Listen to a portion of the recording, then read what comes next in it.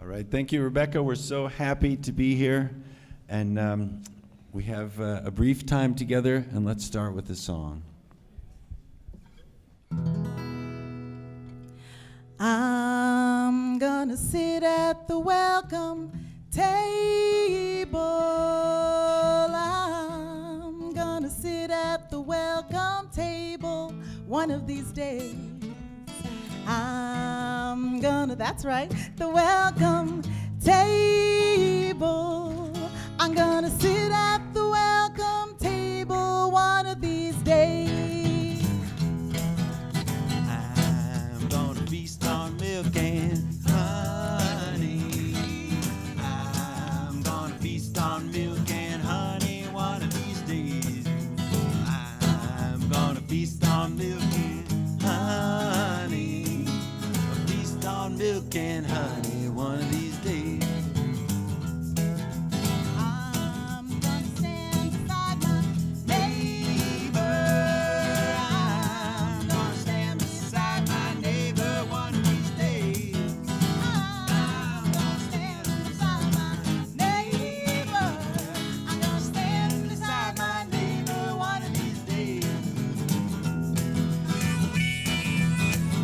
Let's put our hands together, everybody. A reason to celebrate today. We're all at the welcome table.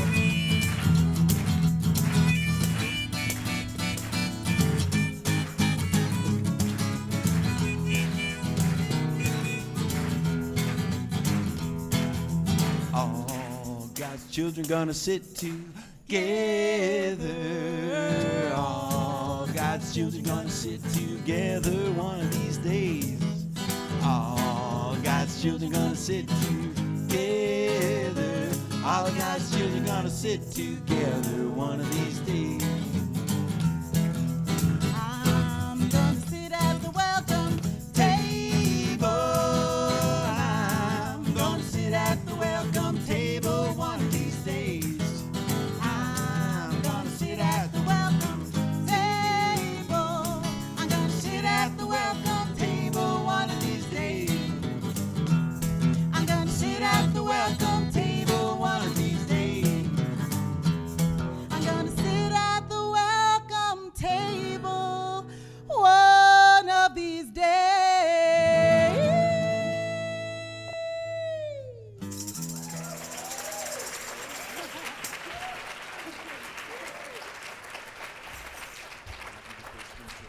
All right. Hello, everyone. Librarians, we want to thank you today for having myself and my husband, Dan Zanes, with you here today. My name is Claudia Eliaza, and as Rebecca said, I am a board-certified music therapist, Haitian American, also an artist, musician, educator, and I just want to say my earliest childhood experience or memory with librarians was when my school partook in the Book It experience. Is that still happening? Oh, Book It's still going? Okay, yes, I remember that was my early experience, of course, reading Rainbow as well. But you know, it was one of those things where I really was inspired to read so much because of the wonderful people like you. So I am truly nervous, but excited to be here with you all today. All right. And my name's Dan Zanes, and I grew up in New Hampshire, and I wasted my youth playing in a rock and roll band. And but for the last 18 or 19 years, I've been making music for all ages and trying to figure out how to do things that will inspire other people to make their own music. And so that's been really the best job in the world, next to, of course, being a librarian. And I'm so grateful to be here because is it as enriching as these last 18 years have been. It was when I met Claudia that I felt like everything came together and made sense, and the new phase is beginning. And so we're excited to talk about that. And I also just want to say, when I was 8 years old, I went to the Concord Public Library. The librarian, Marcia Bonk, I told her that I was interested in guitar.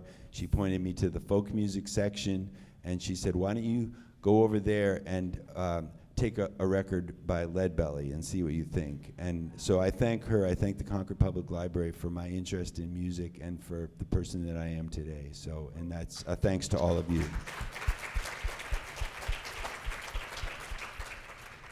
So this is a little bit a brief overview of what we wanted to talk about, and I think a lot of this will be redundant for many of you, because I think when we talk about community, I know that probably many or most or all of you are already deeply invested in your communities, and you're already doing this work. But we thought we would share our experiences and tell you a little bit. There's two things that we've done in the last 2 years that have helped us to broaden our sense of community, what it can be, and how we can all find our way into growing and developing the communities wherever we are. One thing, we were commissioned by the Kennedy Center at the end of 2016 to create a sensory-friendly folk opera, which we did. It's called Night Train 57. And right around that time, we got a call from the Quarto Publishing Group asking if we'd be interested in making a songbook for families. So these two things have really helped us to, as I said, grow our idea of community. So we're going to talk about those. One of the things when I met Claudia, one of the things before I even saw her or began talking to her, the thing that got my interest was that she was a music therapist. And I didn't really know anything about it. I didn't know if that meant musical therapist or what it was. But so in learning about music therapy, I've found that that there's so much that we can do to either bring other people in or learn from other people, and that music therapy has some essential ingredients that I think are important when we talk about community and we talk about music making. And so I think it might be useful today if Claudia can maybe put a finer point on the idea of what music therapy is and isn't. Sure, yeah. So, yeah, as Dan said, before I'd met him, I was working in Boston, Massachusetts, running one of the largest East Coast music therapy programs. But the thing that I loved about it was in a community school where kids were coming weekly for their lessons, but there was also this rich and robust music therapy program. So we were working with kids, early intervention, as young as 0, all the way up through adults and seniors in senior residence programs, nursing homes, and even hospice. So the thing that I really loved about working with this variety of individuals was, again, that word community. What does that mean? And how do we look at a person as a whole rather than focusing on the disability? What are their abilities? What are they capable of doing? And who are they? And so that was one of the things that I learned in this position, was how to meet people where they are, not trying to impose my thoughts or my ideas, but who are you, whether you're verbal or nonverbal, who are you, and what is your music, and what does it sound like? So that was a very rich and eye-opening experience for me, because what I learned was there are a number of ways in which people engage and interact in music, and if we are quiet and still enough and patient, we can really learn so much from our neighbors. So, we were working on things like, as simple as following directions, academic goals. I was working with folks with physical limitations, neurological disorders, folks on the autism spectrum, or individuals with sensory overload issues and challenges, tactile sensitivity, and even neurotypical children as well. So it's a really wide range, but the thing I love about it, again, is community. Who are we, and who can we be together in music? All right. And so, as I said, we got this call from the Kennedy Center. So Claudia and I started playing together, and we were doing sensory-friendly shows. We decided almost immediately that we would not only play together, but we'd make our shows sensory-friendly. So I just want to tell you briefly what that means to us. It may mean different things to different people, but the year before I met Claudia, I was invited to go down to the Ware Center in Lancaster, Pennsylvania, and they said, would you be interested in doing a sensory-friendly performance? We'll make it sensory-friendly. You really don't have to do anything different. And I said, of course. So I went down, and this is what I found out. Never having heard the term before, sensory-friendly for me meant that I got on the same stage, I played my same songs, I smiled my same smile, but the conditions were created around me that made the environment and the atmosphere more welcoming and more comfortable for kids on the autism spectrum. A number of the kids that Claudia already mentioned, kids who have sensory disorders or can be triggered. So it's just a way, and I think an analogy that I like to, when I'm trying to explain sensory friendly to people, because for me, it was an immediate experience. I realized this could be the future of family entertainment. This has to be the future of family entertainment. Very much like when we see a wheelchair ramp outside a venue and we realize that having that wheelchair ramp means there are people who can come to the show. And if the wheelchair ramp's not there, it's very difficult for those people to get to the show. Sensory friendly for me is very much like a wheelchair ramp. It's a way of opening the door wider. And it was that one experience. And so we've made a commitment to trying to spread the word about sensory friendly, because really what it is it increases our possibilities for community. It means that more people are essentially invited to the party and feel welcome when they get there. So it's a lot about the conditions, which are, it doesn't get too noisy, the lights don't go too crazy. I mean, we're not doing that anyway. But there's also welcoming language around it, saying, come as you are. All are welcome here. So that's a very important part of it. So sensory friendly made immediate sense, and we've been sort of on the kind of on the road for sensory friendly ever since. One of the issues that we have is that a lot of times people think that means that the performance is specifically for the community that has kids with special needs, and what it is it's for everybody, including, and that we've considered more people in the process. So now we'd like to just talk a minute about our sensory-friendly folk opera, Night Train 57. Yeah, so back in October, this piece, again, was commissioned by the Kennedy Center.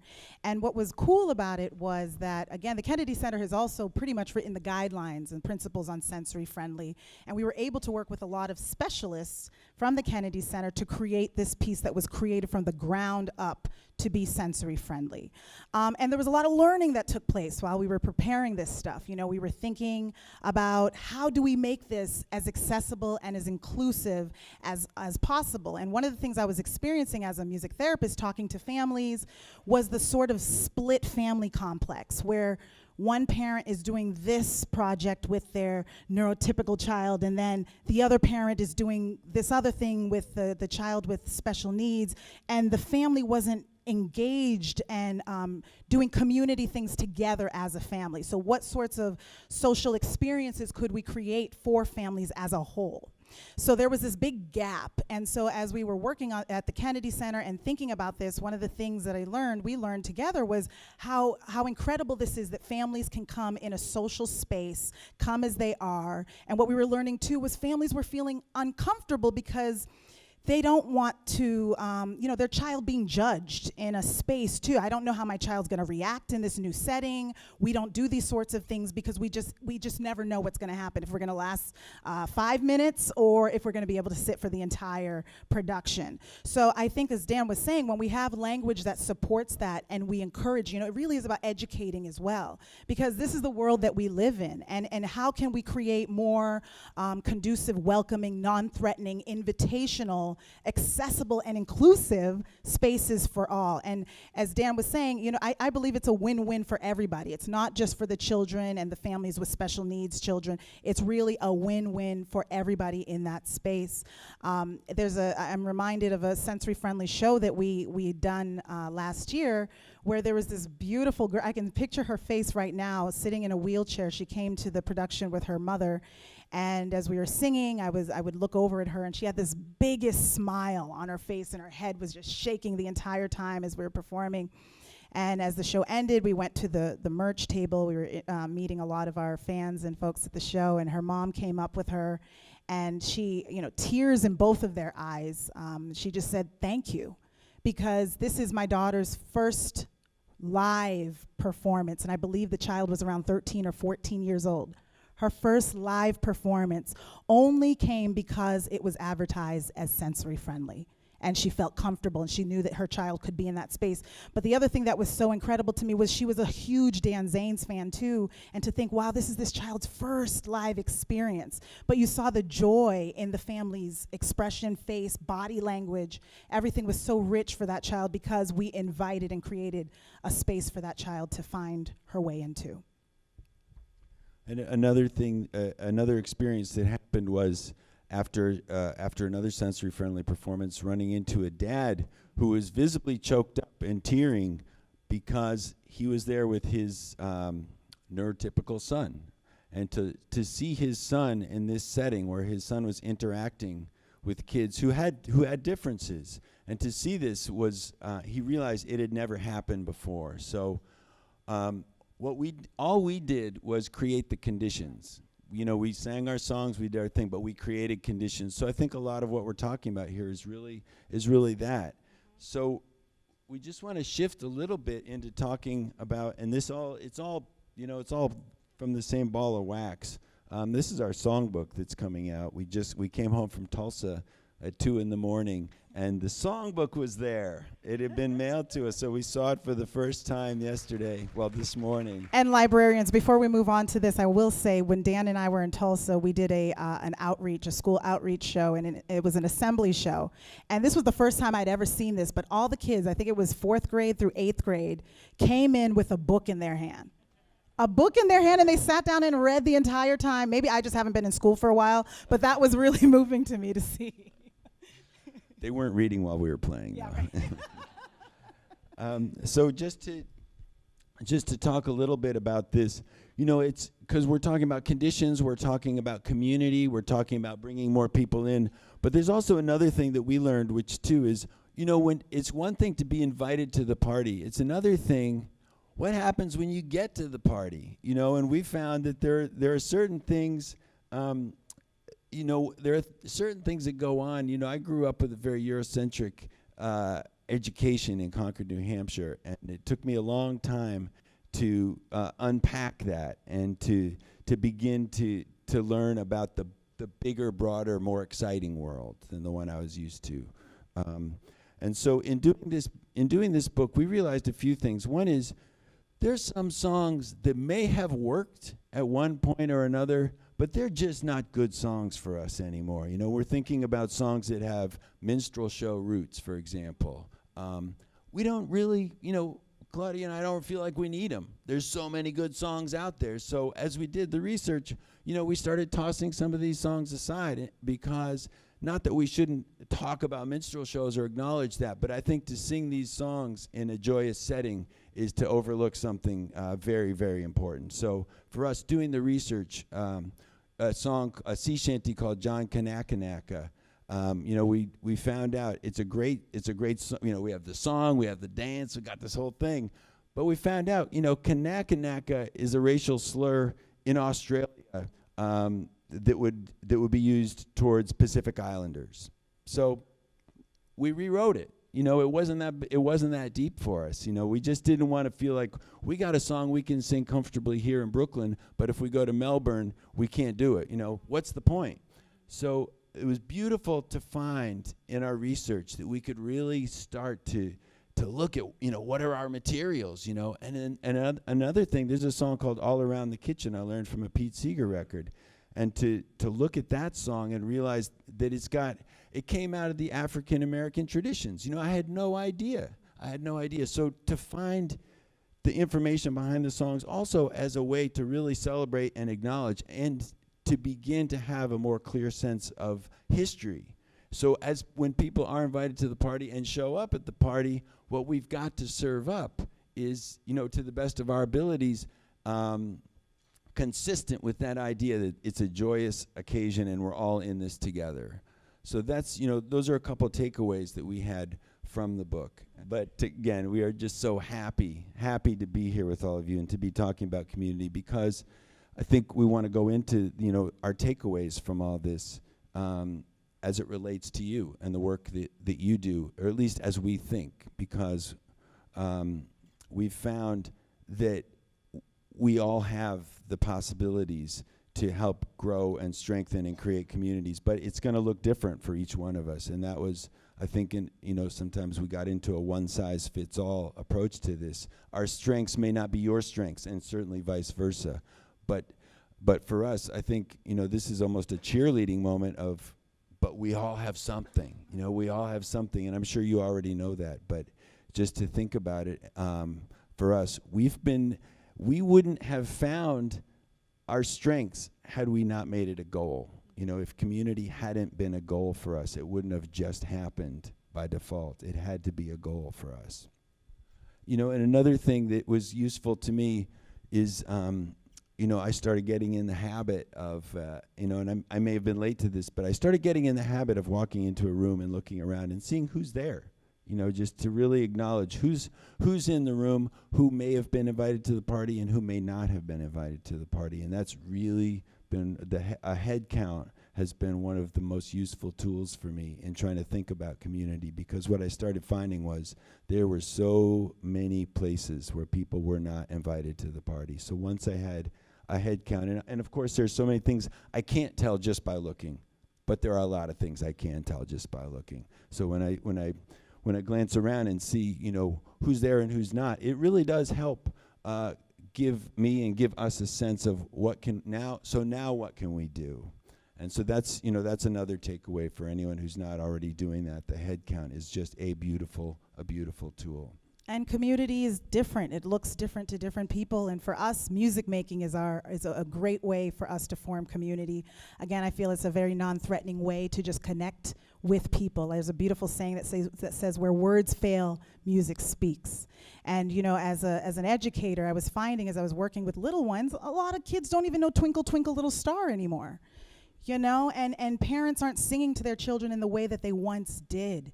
And so, you know, part of the inspiration for Dan Zanes House Party, a Family Roots Music Treasury, is where, you know, a one-shop stop kind of thing where you can have a lot of songs, a multicultural lens on songs from different parts of the world. You know, we've become such a society of music consumers rather than music makers. So how can we continue to inspire people to be in music, to share in the, you know, it's a very unique connection you can have with another person in making music. So we just invite everybody, as you are already doing, to go out and to find different ways to connect to community and to bring more people into your community as well. And just to remind you, you may not be musicians, but we firmly believe that each and every one of us has musical abilities, tapped or untapped. And so, but you can't do it without songs. Exactly. And so One quick story.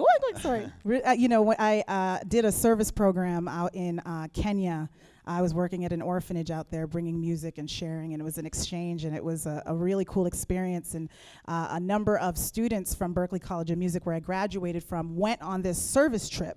And we're working with the kids, I mean, ages like 5 to 18, I believe. And I remember there was this little girl, she couldn't have been much older than like 7 years old.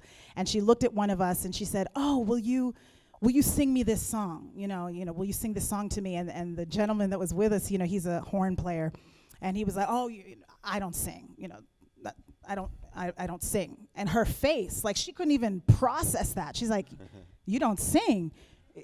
You're breathing, you're speaking, you are music." And it was such a great learning point for me, because, you know, in other parts of the world where music is just such an integral part of just day-to-day living, you're cleaning, you're singing, you're walking to school, you're singing, you're playing with your friends, you're singing, you're at home with mom, dad, grandma, grandpa, you're singing. And so music is just a part of daily life. So that was a great reminder. So, you know, as we go today, we have at least one more song, right? And we want to encourage all of you to find your voice. You know, sing your song, because we find that there are, you know, again, as I'm working with kids and I meet parents, I can't tell you the number of times I hear a parent say, "Oh, I don't sing. You know, my second grade teacher told me I didn't have a good voice, so now I don't sing at all." You know, and these things, you know, and so it's the power of our tongue, you know, it's a double-edged sword. And so we can either use our words to empower and uplift, but it really stood with me, and it stuck with me to see, wow, the words of a second grade teacher for a person who's now in their 60s, 50s, that still doesn't sing because of the words of this person. So we want to encourage you all to find your voice. It's a beautiful, make a joyful noise, yeah?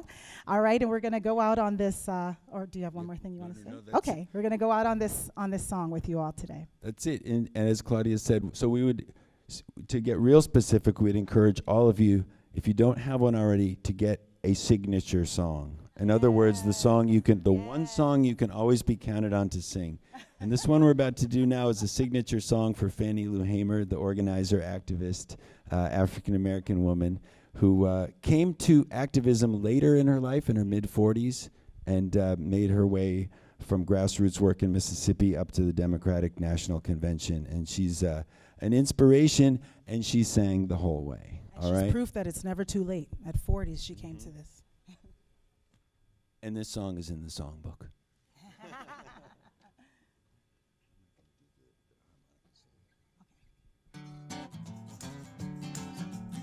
I know you know this one.